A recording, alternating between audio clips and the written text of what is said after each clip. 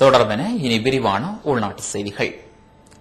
யாழ் கோப்பாய் தமிழ் வித்தியாலயத்தை ஜனாதிபதி மஹிந்த ராயபக்ச இன்று திறந்து வைத்துள்ளார். இப்பாடசாலையை அமைப்பதற்காக 8.3 மில்லியன் ரூபாய் செலவாகியுள்ளது என தெரிவிக்கப்பட்டுள்ளது. இதேவேளை குறித்த செலவினை ஊவா மாகாண சபை ஏற்றுக்கொண்டுள்ளதாக தெரிவிக்கப்படுகிறது. இப்பாடசாலை கட்டட தொகுதிகளின் வடிவமைப்புக்கு இலங்கை ராணுவ பொறியியல் பிரிவினரும் உதவி வழங்கியுள்ளதாக தெரிவிக்கப்படுகிறது. வித்தியாலயத்தினை திறந்து வைப்பதற்கு முன்னர் ஜனாதிபதி வித்தியாலய பிள்ளையார் கோவில் வழிபாடுகளில் கலந்து கொண்டிருந்தார். இங்கு கருத்து தெரிவித்த ஜனாதிபதி இனவாத அரசியலும் குறுகிய அரசியலும் வேண்டாம் என தெரிவித்துள்ளார். நாட்டு மக்கள் அனைவரும் என் பார்வையில் ஒன்றே. 13வது திருத்த சட்டத்தினை கோருபவர்கள் ஒரு பக்கம், இன்னும் சிலர் பல தீர்வு திட்டங்களுடன் ஒரு பக்கம், இவற்றில் சிறந்ததை முன்னெடுக்க வழிவகுப்போம் என்றார். இந்நிகழ்வில் பிரதமர் டி எம் சேரட்னவும் பிரபா கணிசனும் கலந்து கொண்டிருந்தனர். இன்றும் உங்கள் முன் பேசுவதில் நான் மிகவும் சந்தோஷப்படுகிறேன். இப்போது நீங்கள் எல்லோரும் பயம் சந்தேகம் இல்லாமல் நிம்மதியாக வாழ முடியும், பாதுகாப்பாக வாழ முடியும். நீண்ட காலமாக நீங்கள் பட்ட கஷ்டம் எனக்கும் நன்றாக தெரியும். வழக்கின் வசந்தம் மூலம் உங்கள் பகுதியில் பல அபிவிருத்தி வேலைகள் செய்துள்ளோம், இன்னும் இன்னும் செய்வோம். நாம் அதிக பணம் செலவு செய்யவும் மாகாணம் உங்கள் வட மாகாணம் தான்.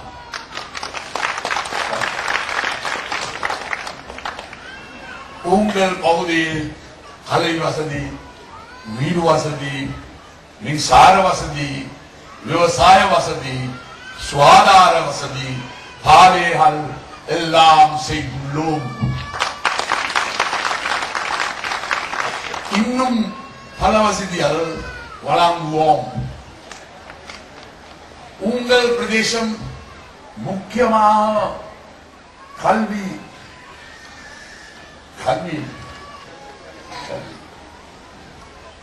மீண்டும் சிறப்பாக முன்னேற வேண்டும். கல்விதான் பெரிய செல்வம். யாரும் அதை களவாட முடியாது என்று நாம் கோப்பாய் வலிகாமம் நாவலர் வித்தியாலயம் உதவில் புதிய இருண்டமாடி கட்டிடம் திறந்து வைத்தோம்.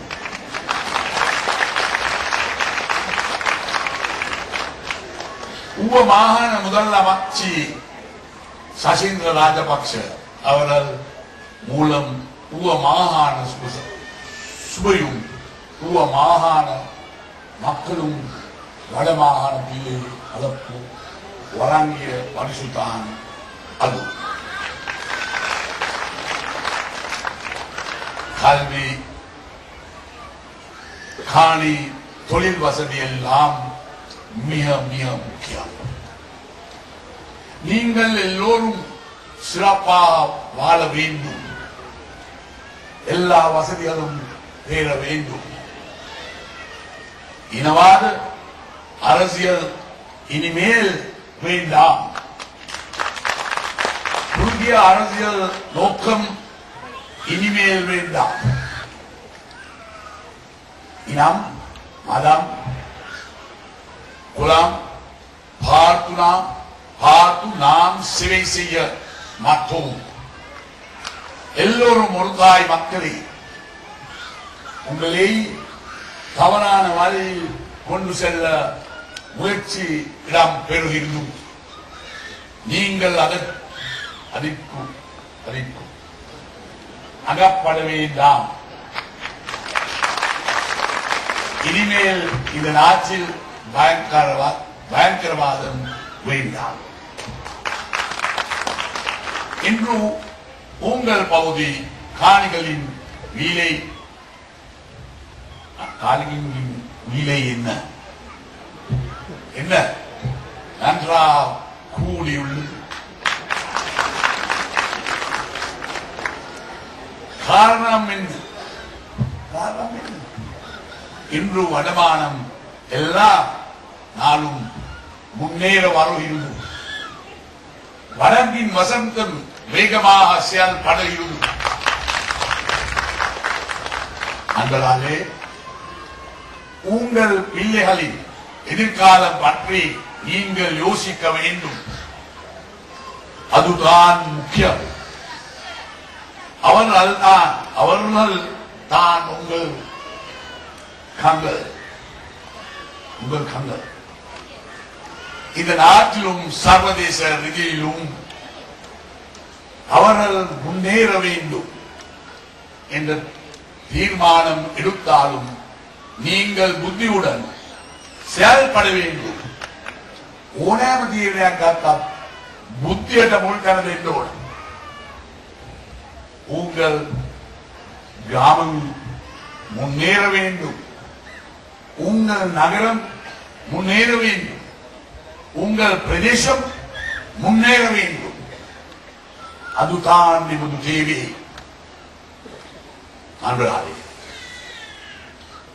வெற்றிலே சின்னம் மறக்க வேண்டாம். அப்போது அபிவிருத்தி விலைகள் இன்னும் வேகமாக செய்யது கொள்ள முடியும். நாம் எல்லோரும் ஒரே கொடியின் கீழ் ஒன்று படுவோம். வெற்றிலேயின் வெற்றி உங்கள் வெற்றி, உங்கள் பிள்ளைகளின் வெற்றி, உங்கள் பிரதேசத்தின் வெற்றி. வெற்றியின் சின்னம் வெற்றிலே சின்னம், வெற்றியின் சின்னம் வெற்றிலே சின்னம். நன்றி, வணக்கம். கிளிநொச்சியில் 60% தேசிய அடையாள அட்டைகள் இல்லை என தெரிவிக்கப்படுகிறது. கிளிநொச்சி அரசு அதிபர் ரூபவதி கேதீஸ்வரன் இதுகுறித்து கருத்து தெரிவிக்கையில், உள்ளூராட்சி சபை தேர்தலுக்கான வாக்களிப்பிற்கு அடையாள அட்டைகள் அவசியமானது. ஆனால் 60% மாணோருக்கு தேசிய அடையாள அட்டை இல்லை. இதனால் வாக்களிப்பில் பிரச்சினைகள் ஏற்பட வாய்ப்பு உள்ளதாக தெரிவித்தார். ஐக்கிய அரபு எமிரேட்ஸின் எண்ணெய் தாங்கி கப்பல் ஒன்றை சோமாலிய கடற்கொள்ளையர்கள் கடத்தியுள்ளதாக சோமாலியாவுக்கான ஐரோப்பிய ஒன்றிய கடற்படை நேற்று தெரிவித்துள்ளது. MV ஜூபா XX எனும் இக்கப்பல் நேற்று முன்தினம் ஞாயிற்றுக்கிழமை கடத்தப்பட்டதாகவும் அதில் 16 ஊழியர்கள் இருந்ததாகவும் ஐரோப்பிய ஒன்றிய கடற்படை தெரிவித்துள்ளது. இவர்களில் இலங்கையை சேர்ந்த ஒருவர் உட்பட இந்தியர்கள் 5 பங்களாதேஷ் நாட்டவர்கள் 3 சோமாலியர்கள் 4 கென்யா, சூடான், மியான்மர் ஆகிய நாடுகளைச் சேர்ந்த தலா ஒவ்வொருவரும் அடங்குவதாக தெரிவிக்கப்பட்டுள்ளது. இலங்கை இந்திய மீனவர் பிரச்சினைக்கு அரசியல் ரீதியான தீர்வு காணப்பட வேண்டும் என இந்திய வெளிவார செயலாளர் நிர்மா ராவ் தெரிவித்துள்ளார். இந்திய இலங்கை மீனவர்களுக்கு இடையில் நிலவி வரும் பிரச்சினைகளுக்கு நடைமுறை சாத்தியப்பாடுடைய தீர்வு திட்டம் முன்வைக்கப்பட வேண்டும் என அவர் குறிப்பிட்டுள்ளார். அமைதியான முறையில் 2 நாட்டு மீனவர்களும் தொழிலில் ஈடுபடக்கூடிய வகையில் பிரச்சினைக்கு தீர்வு காணப்பட வேண்டும் என அவர் தெரிவித்துள்ளார். மீனவர்கள் அத்துமீறி மீன்பிடியில் ஈடுபட்டு வருவதாக 2 நாடுகளுமே தொடர்ச்சியாக முறைப்பாடு செய்து வருகின்றமை குறிப்பிடத்தக்கது. அரசியல் கட்சிகள் சுதந்திரமான தேர்தலை நடாத்துவதற்கு எதிரான நடவடிக்கைகளிலும் மற்றும் சட்டவிரோத பிரச்சாரங்களிலும் ஈடுபடுமாயின் அக்குறித்த பிரதேசத்திற்கான தேர்தல் பிற்போடப்பட்ட நடவடிக்கை எடுக்கப்படும் என தேர்தல் ஆணையாளர் மஹிந்த தேசப்பிரிய தெரிவித்துள்ளார். தேர்தல் ஆணையாளருக்கும் அரசியல் கட்சி தலைவர்களுக்கும் இடையே ராஜகிரிய தேர்தல் அலுவலகத்தில் இடம்பெற்ற சந்திப்பின் போதே அவர் இவ்வாறு குறிப்பிட்டார். மேலும் 20ஆம் தேதி நள்ளிரவுடன் பிரச்சார நடவடிக்கைகள் யாவும் நிறைவடையும் எனவும் அதன் பின்னர் சட்டவிரோத பிரச்சார நடவடிக்கைகளில் ஈடுபடுவோருக்கு எதிராக நடவடிக்கை எடுக்குமாறும் போலீஸ் அதிகாரி காமினி நவரத்னவிற்கு அவர் உத்தரவிட்டுள்ளார். உள்ளூராட்சி சபை தேர்தல் நடைபெறும் பிரதேசங்களில் உள்ள பாடசாலைகள் எதிர்வரும் 22ஆம் தேதி வெள்ளிக்கிழமை மூடப்படும் என கல்வி அமைச்சின் செயலாளர் தெரிவித்துள்ளார். எதிர்வரும் 23ஆம் தேதி சனிக்கிழமை 65 உள்ளூராட்சி சபைகளுக்கான தேர்தல் நடைபெற உள்ளமை குறிப்பிடத்தக்கது. கிளிநொச்சியில் இலங்கை விமானப்படையினர் Y-12 ரக விமானத்தினை தரையிறக்கி புதிய விமான தளம் ஒன்றினை இன்று சற்று முன்பு திறந்து வைத்துள்ளனர். புலி உறுப்பினர்களுக்கு அரசாங்கம் புனர்வாழ்வு அளித்து சமூகத்துடன் இணைத்து வருகின்றமை தமிழ் தேசிய கூட்டமைப்பினருக்கு தெரியாதோ என அமைச்சர் சந்திரசேன கேள்வி எழுப்பியுள்ளார். ராணுவத்தில் சரணடைந்த சுமார் 12,000 புலி உறுப்பினர்கள் எங்கே என்று தமிழ் தேசிய கூட்டணி உறுப்பினர்கள் கேள்வி எழுப்புகின்றனர். புலி உறுப்பினர்களுக்கு அரசாங்கம் புனர்வாழ்வு அளித்து மீண்டும் சமூக வாழ்வில் இணைத்து வருவதை உலகமே அறியும் நிலையில் தமிழ் தேசிய கூட்டமைப்பினர் இதைக்கூட அறியாமல் இருப்பது வேடிக்கையானது என விவசாய அபிவிருத்தி மற்றும் வனவிலங்குகள் பாதுகாப்பு அமைச்சர் எம் சந்திரசேன தெரிவித்தார். யாழ் அம்பன் பிரதேசத்தில் கமநல சேவை மத்திய நிலைய திறப்பு விழாவில் கலந்து கொண்டு உரையாற்றிய போதே அவர் இவ்வாறு கூறினார். அம்பன் பிரதேச கமநல சேவை மத்திய நிலையத்தை 12.6 மில்லியன் ரூபாய் செலவில் அரசாங்கம் அமைத்துள்ளது. இதன் காரணமாக 680 ஹெக்டேர் நிலப்பரப்பு விவசாய நிலங்கள் பராமரிக்கப்படும் என்றும் அமைச்சர் கூறினார். நெடுங்கேணி, செம்பியன்பற்று, மருதங்கேணி, ஆழியவலை, உருத்திராய் மற்றும் பட்டாப்பளை ஆகிய கிராம மக்களுக்கு சேதன பசலைகள், விவசாய உபகரணங்கள், மரக்கறி விதைகள் மற்றும் தென்னம்பிள்ளைகள் என்பன இந்த வைபவத்தில் இலவசமாக வழங்கப்பட்டன. அமெரிக்கா செல்வதற்கு விசா பெற்றுத் தருவதாக கூறி 16 லட்சம் ரூபாயை மோசடி செய்தார் என்ற பெயரில் கைது செய்யப்பட்ட இலங்கையின் பிரபல குறுந்தூர ஓட்ட வீரரான ரங்க விமலவன்சவை எதிர்வரும் 29ஆம் தேதி வரை விளக்கமறியலில் வைக்குமாறு கொழும்பு கோட்டை நீதிமன்றம் உத்தரவிட்டது. அமெரிக்க விசா ஒன்றை பெறுவதற்காக தானும் தனது கணவரும் மேலும் 2 நண்பர்கள் சகிதம் சந்தேக நபரை சந்தித்ததாகவும் 2006ஆம் ஆண்டு சந்தேக நபருக்கு 24 லட்சம் ரூபாய் வழங்கியதாகவும் பெண்ணொருவர் கொழும்பு குற்றப்புலனாய்வு பிரிவில் முறைப்பாடு செய்துள்ளார். சந்தேக நபருக்கு தனது கணவர் பணம் வழங்கிய போதிலும் சந்தேக நபர் வாக்குறுதி அளித்தபடி விசாவை பெற்றுக் கொடுக்கவில்லை எனவும் பின்னர் 8 லட்சம் ரூபாயை மாத்திரமே சந்தேக நபர் திருப்பிக் கொடுத்ததாகவும் அப்பெண் தெரிவித்துள்ளார். இதன்போது சந்தேக நபரான ரங்க விமலவன்ச கொழும்பு கோட்டை நீதிவான் லங்கா ஜெயதிலக்க முன்னிலையில் முன்னிலைப்படுத்தப்பட்டார். அப்போது சந்தேக நபர் இவ்வாறான மேலும் 3 சம்பவங்களில் சம்பந்தப்பட்டுள்ளதாக குற்றப்புலனாய்வு பிரிவினர் தெரிவித்துள்ளனர். அதை அடுத்து சந்தேக நபரை எதிர்வரும் 29ஆம் தேதி வரை விளக்கமறியலில் வைக்குமாறு நீதவான் உத்தரவிட்டார். 31 வயதான ரங்க விமலவன்ச தெற்காசிய விளையாட்டு விழாவில் தங்கப்பதக்கம் பெற்றவர் என்பது குறிப்பிடத்தக்கது.